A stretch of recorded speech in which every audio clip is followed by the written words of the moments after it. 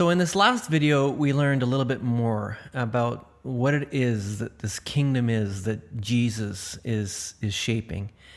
And in the story of the prodigal son, which sits at the heart of Jesus' storytelling, we learn about just how wide and how vast and how generous and how gracious the Father who sits at the heart of this kingdom really is. That no matter what we have done, no matter how poor we may find ourselves, no matter how far away from God we have run, that there the Father is always ready to welcome us.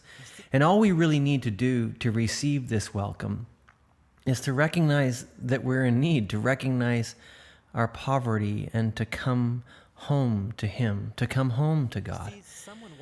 But there's the amazing thing, because we discover that as the story Jesus tells, that when we come home to God, that actually God's always been one step ahead of us, that He's the one that's running down the lane to us, yelling over the shoulder, "Kill the fattened calf, because my son, my daughter who was away, they have come home," and the party begins. This, Jesus is telling us, is the nature and the character of God. Remember a couple of videos ago how we learned this word gospel, which we translate into good news? Here we discover this is the greatest news that's ever been told. Jesus is telling us, to all of us who are out there searching and seeking and wondering, is there a God? And if there is, what is God like? Jesus is telling us in this story, there is a God.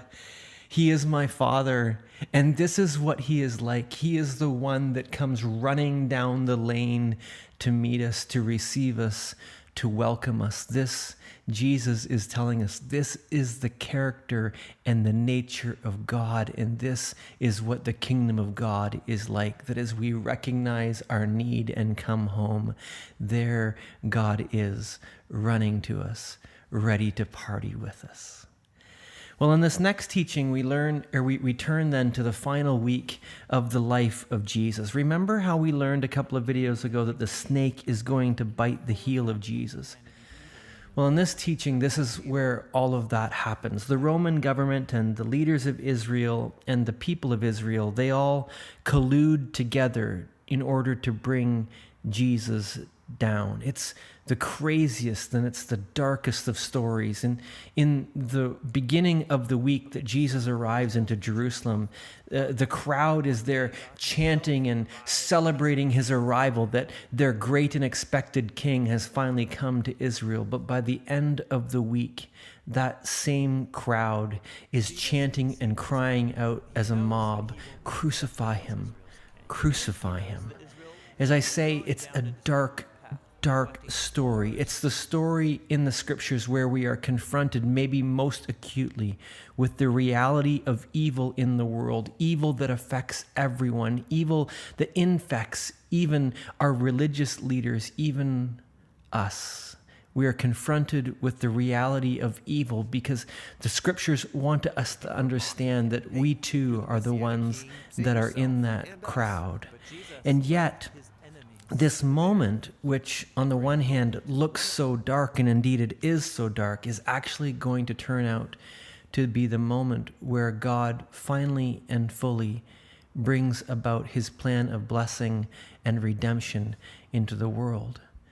And we scratch our heads at that and say, well, how could that be? How could Jesus being beaten and mocked and nailed to a Roman cross, how could that be a means of blessing into the world? But as you will see in the video, in Jesus' death, what's happening is that He is experiencing in Himself the full brunt of the snake's evil. God, become man in Jesus, is going to experience dark and evil in its fullness in the world. But in this experience, in this death, He will also cry out, "Father, forgive them, for they do not know what they are doing." And as He breathes His last, what He will cry out then is, "It is finished."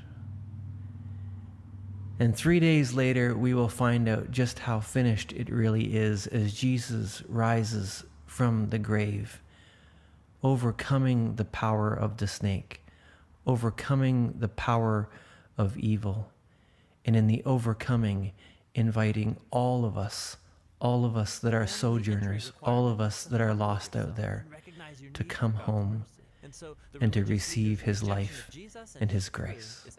Father, forgive them, for they do not know what they are doing. And with that, let's watch the next video.